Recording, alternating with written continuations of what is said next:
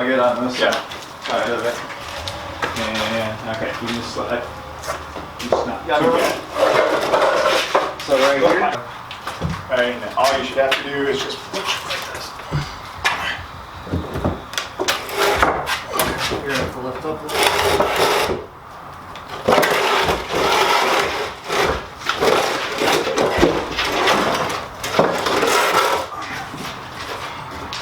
There we go. There we go. Okay. Good. Sides right now. 1, 2.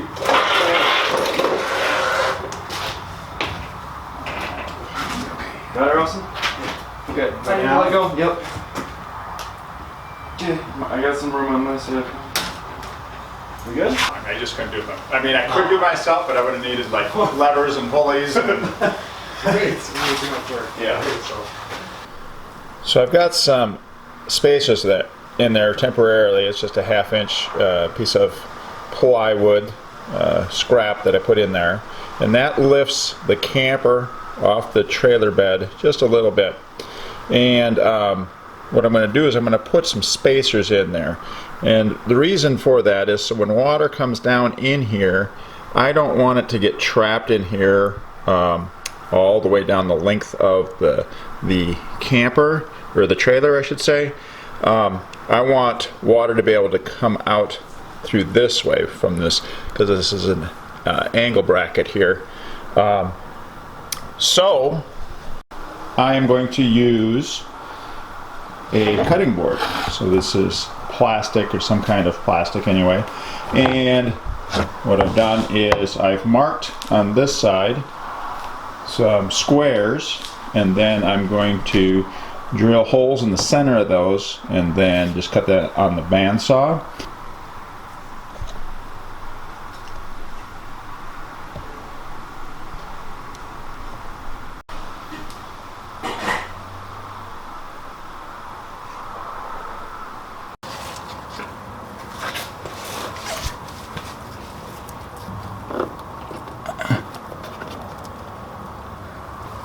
That in there.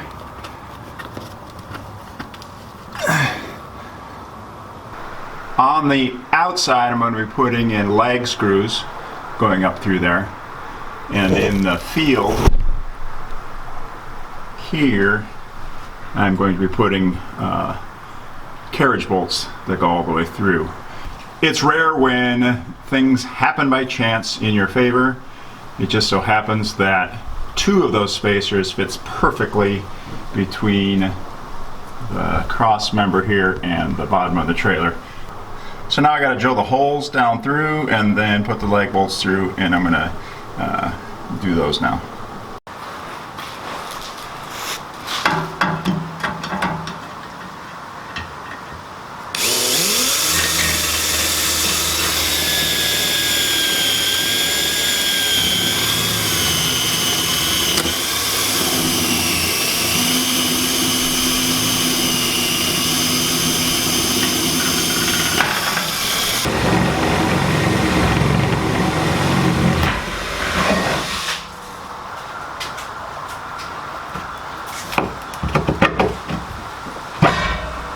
Alright, I'm going to use this construction adhesive on the threads up above. It'll do 2 things. One, make it adhere better, make it more stable, and it'll also prevent moisture from, or water from getting up through these holes that I created.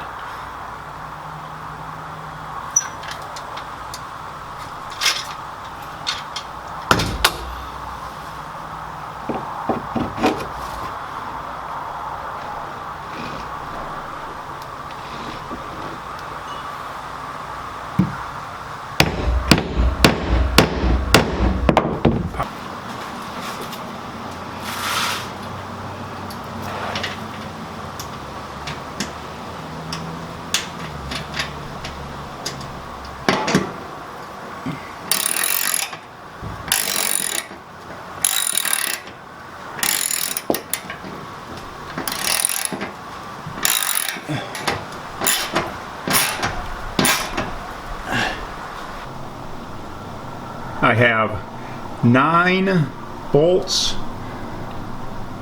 through now, and I put these another nut on, so I kind of jam those on along with the lock washer. So that should be good. And now I got to put in my lag bolts.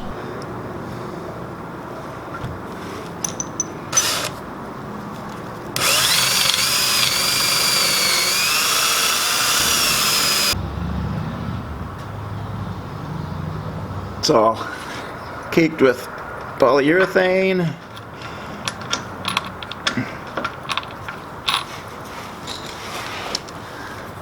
We'll put it in.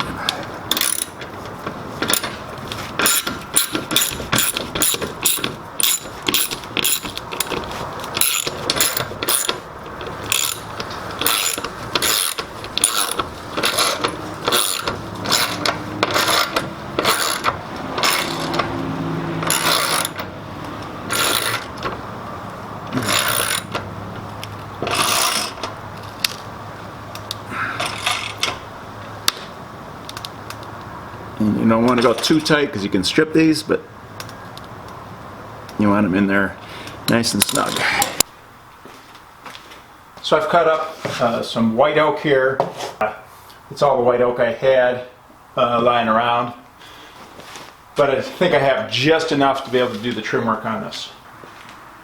To help with the angles on this, what I've got is this little thing, picked up a long time ago. It's called an angle divisor, and it's a pretty ingenious little device. So what I do is set it here where the corner is, and then go until it looks like it's even with both sides. Takes a little doing here since I don't have a corner. It's easier if there's something on the top here. And then I can lock that in. And then I take it over to my miter saw, and I've already set this one. And I set one of the edges against the fence here. And then line and move this arm until this slot is the same. Then what I did is I took a scrap board and I cut that.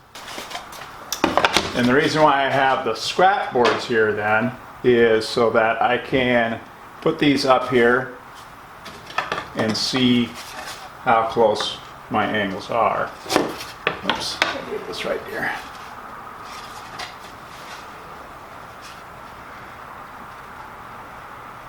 And I could see that I'm a little off on this. If I put this on here, actually it needs to be about like that. So you can see there's a little gap at the top here, which means I need to move that arm over just the tiniest bit, maybe not even a half a degree. Put these in here and those look pretty darn good.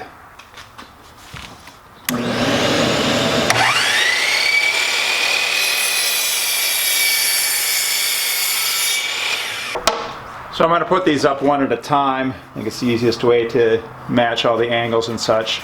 So I've sanded the good side. These two sides are the sides you'll see.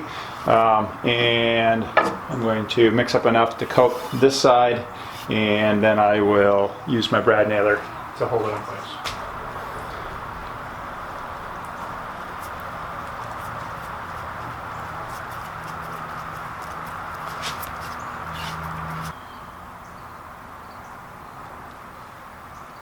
That looks good. I got 1-inch brads in here.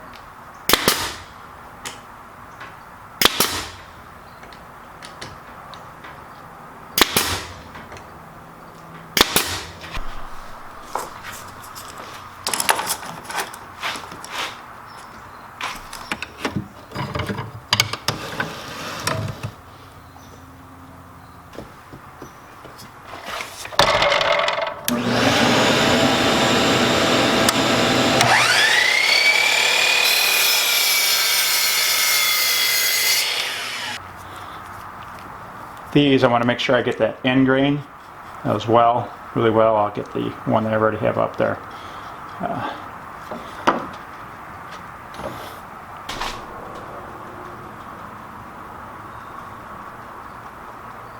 I'll wipe up any drips right afterwards too.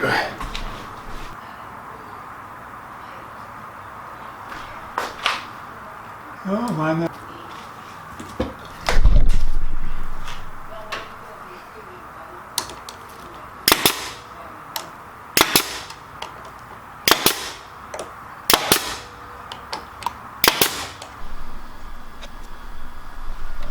For the top pieces, I'm making sure that I get lots of epoxy down in here, especially in this kind of valley area, and then coating both sides here so that I get no water get caught in there.